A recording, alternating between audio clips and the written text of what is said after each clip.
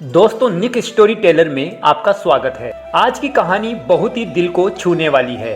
कहानी का नाम है भाव के भूखे हैं भगवान, एक कसाई की सच्ची निष्ठा की कहानी। तो चलिए शुरू करते हैं। एक कसाई था सदना, वह बहुत ईमानदार था। वो भगवान के नाम कीर्तन में मस्त रहता था। यहाँ तक कि मांस को काटते बेचते हुए भी वह भगवान का नाम गुनगुनाता रहता था। हालांकि उसका काम बुरा था, पर उसके भाव सच्चे थे। एक दिन वह अपनी धुन में कहीं जा रहा था, तभी उसके पैर से पत्थर टकराया। वह रुका और देखा कि काले रंग के गोल पत्थर से उसका पैर टकरा गया है। उसने पत्थर उठाया और जेब में रख लिया, यह सोचकर कि यह मांस तोलने के काम आएगा। घर आकर उसने पत्थर को मांस तोलने के काम में ले लिया। कुछ ही दिनों में उसने समझ लिया कि यह पत्थर कोई साधारण नहीं है, क्योंकि जितना वजन उसको तोलना होता पत्थर उतने वजन का हो जाता था। धीरे धीरे ये बात गांव में फैलने लगी कि सदना कसाई के पास एक चमत्कारी पत्थर है।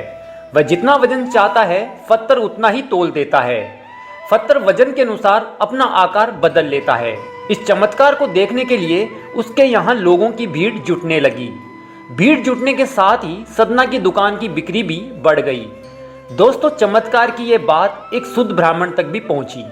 हालांकि वह ऐसी अशुद्ध जगह पर नहीं जाना चाहते थे जहां मांस कड़ता और बिकता हो, किंतु चमत्कारिक पत्थर को देखने की उत्सुकता उसे सदना की दुकान तक खींच लाई। दूर से खड़ा वह सदना कसाई को मीट तोलते देखने लगा। उसने देखा कि कैसे वह पत्थर हर प्रकार के वजन को बराबर तोल रहा था। ध्यान से देखने पर उसके शरीर के रोंगटे खड़े हो गए। भीड़ के छटने के बाद ब्राह्मण सदना कसाई के पास गया। ब्राह्मण को अपनी दुकान में आया देखकर सदना कसाई प्रसन्न भी हुआ और हैरान भी। आदर सत्कार के साथ उसने पूछा कि वह उनकी क्या सेवा कर सकता है। ब्राह्मण बोला, इस चमत्कारी पत्थर की बात सुनकर मैं तुम्हारी दुकान पर आया था, पर मूर्ख पापी, तुम जिस पत्थर से मांस तोल रहे हो वो आम पत्थर नहीं, बल्कि विष्णु जी का रूप शालिग्राम है। और शालिग्राम जी को इस तरह गले कटे मांस के बीच में रखना व उनसे मांस तोलना बहुत बड़ा पाप है। सदना बड़ी ही सरल प्रकृति का भक्त था।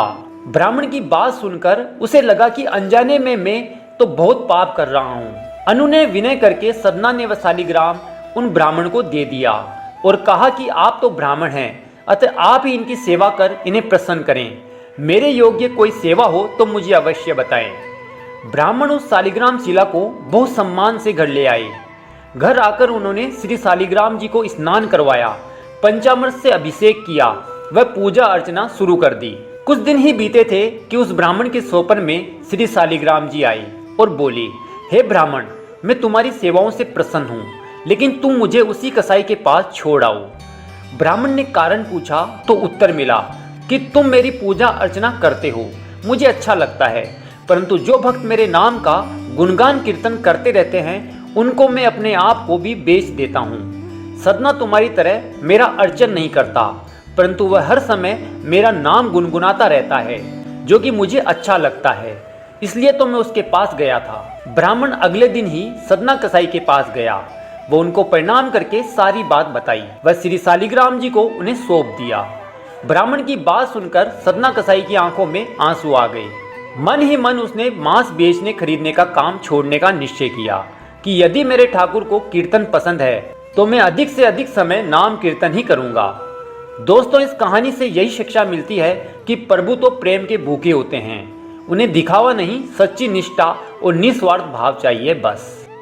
कहानी अच्छी लगी हो तो वीडियो को लाइक करें और चैनल को जरूर सब्सक्राइब कर लीजिए।